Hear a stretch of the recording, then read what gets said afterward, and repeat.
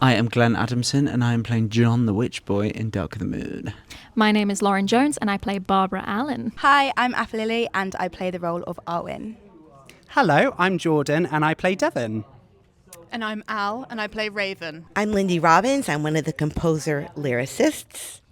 And I'm Dave Bassett, composer-lyricist. You've both had kind of experiences with kind of the fantastical in the musical theatre world already, but what drew you specifically to Dark of the Moon as a kind of another fantasy musical, and maybe what makes it different from what you've done before? For me, it was the music. For me, it was the combination of the two worlds of music combining. So it's the really rocky score meets the sort of country bluegrass folk score. For me, was really exciting. Listening to it, I thought, wow, this is a real pull, and I don't know something that sort of brings two genres together. Normally a score very much is of one thing, and I really love that it doesn't apologise for the fact that it's bringing a few things together, and I love that. I love the otherworldly stories. I'm a massive fan of them, like Edward Scissorhands, Shape of Water, Frankenstein, all of those kinds of things, especially when you have like a new person trying to learn new things. I love that kind of stuff because it's so fun to play as well. But I love the love story between Barbara Allen and John because it's not just a love story. They actually talk to each other, and they actually talk about problems and things they're going through, and they actually have a proper love where they go through obstacles together and so many things together, which sometimes I feel like can be missing in a musical, just because you're trying to cover everything. But I think there's some really lovely scenes that we have together that I love. The sad ones, the happy ones, all of them. I love them for many different reasons. I think the themes that we touch on in this show are universal themes of acceptance and fear of the other and prejudices that are worldwide problems. And I hope this just shines a light on communities of different types living together and just living as one. And right now, I think the world needs a little bit more love. There is a song that I have called "I'd Die for You," Part 1, Part 2. Part 1 and Part 2. And for me, it's the yearning that he has for her, the things that he notices in her, but then the real like unconditionalness of their love. Unconditionalness? I don't think it's a word, It's a word now. Yeah, I've created that live on air.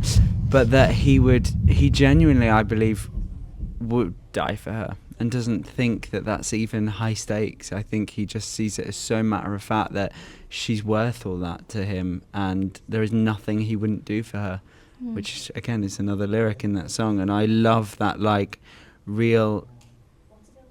that love that's so rare now to find, where it's completely unconditional and they will stay with you from the day they've met you till the day they die. For me, there's a gorgeous song that me and Glenn sing, and I won't say when it is or anything because I don't want to spoil, but it's Forgive Me. Oh, yeah. Yeah, I freaking love that song. It is my favourite song in the whole show, besides Certified Rockstar. But Forgive me. I just love it because it's so simple. The choreography of the scene is all stripped back. It's literally just me and Glenn singing to each other. Or crying to each other. Crying. But we say, "Can you forgive me for loving you?" And that's such a heartbreaking, beautiful line. And it's just how far they go for each other, all the things that they do for each other to make sure that the other person's going to be okay. And it's such a wonderful thing that I hope that I can take into my future relationships, where it's just caring so much for someone. Yeah. Oh, that's beautiful.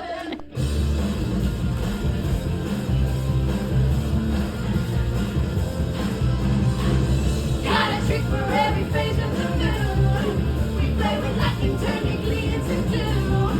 First we discover that you won't like what we're gonna do. Say yeah. When these impulsions come with rage and bells, so pray to heaven we'll be raging from hell. Like a bitch. Glad I'm a witch. And just for kicks, we might have put you under a spell. Because the show is so physical, knee pads have become all of our best friends. I think we're very close to our knee pads now. I've got mine on right now. It's been really, really lovely. And very early on in rehearsals, we had a day where we workshopped our characters and found their individuality with all of them, and worked out what each of our witches were uniquely, what differentiates them, but also what unifies them as a coven. Is really, really fun. And I find in rehearsals it's only gotten stronger and stronger as we've got closer and we've understood the show better as well. It's been really lovely. All very close now. Going off that, we used in the first day and week use a lot of like Laban efforts in our movement, which really helped like develop our character and have like special characteristics and like how we'd react in different scenes and like all of that. Yeah, it's been really lovely to be able to feel so individual as part of a larger ensemble. Our choreographer Jane was really specific about how she wanted us all to have our own unique styles and energies that we bring to create this coven as a whole. And it's been really wonderful to work with such a beautiful and close-knit cast, yeah. Obviously in this, the townsfolk can't see the witches, but I want to kind of use that as a kind of springboard for a kind of very deep question, but what makes you feel seen as people? What makes me feel seen? Yeah, I think as performers, that's the reason why we all sort of do it. It's some sort of deep-rooted need for validation, isn't it? From, I guess, feeling like an outcast child. Like, I didn't find my tribe when I was a teenage boy. I really struggled to fit in and to know where I sort of fit, but I found my community in the theatre and playing other people, and always felt safer being someone else than being Glenn. So I suppose for me it's like I feel most seen when I'm not Glenn. I feel like this sort of rehearsal process has made me feel very seen as an actor. I've been able to sort of put myself and how I feel and how I am into this role, and that's been lovely. I think we've got a really great team that really listens and appreciates us all as individuals. Being listened to makes me feel seen. People don't have to agree with me or like me, but if they're listening, I'm existing. I don't know. It's as simple as like someone sharing in a passion with you, or like understanding the way someone else thinks. Like, I feel like we have a wonderful friendship as well. Like when we're not doing scenes, where we know when the other person needs something or when they need space or like any support that's needed, because what we do in the show, there's so much that we do. We're practically not off stage for a lot of it. And having that wonderful support in not only from Glenn but from like your whole cast as well and your whole team really means a lot, and that's what really makes me feel seen and like loved. So yeah, I think, like you said, it's the individuality, and I think that's a really gorgeous thing about the rehearsal process and the company as a whole, with the cast, the creatives, everyone working backstage, like the writing team, everyone really everyone's obviously an individual and everyone's very accepting and nourishing of that, and it's been a really gorgeous process where people are very attentive and understanding, and I think it's really going to come across on stage, and I think it's going to be bloody great. Ordinary life, to scatter seeds and watch them as they grow. We praise the Lord and we reap what we sow. It's a simple but beautiful, ordinary life.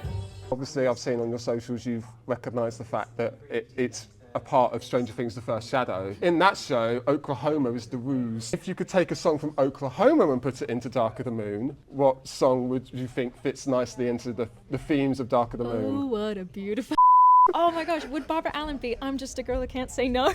Now I have to be really honest here and say that No, you don't have to be honest. Don't say you've seen Oklahoma, right? no, Not even with Hugh Jackman? I know that he sang "Oh, What a Beautiful Morning." 'Cause we sang that at school as like an assembly song. Oh, you're hurting my heart, Glenn. I was talking like such lovely things about you. Listen, Oklahoma is not my brand.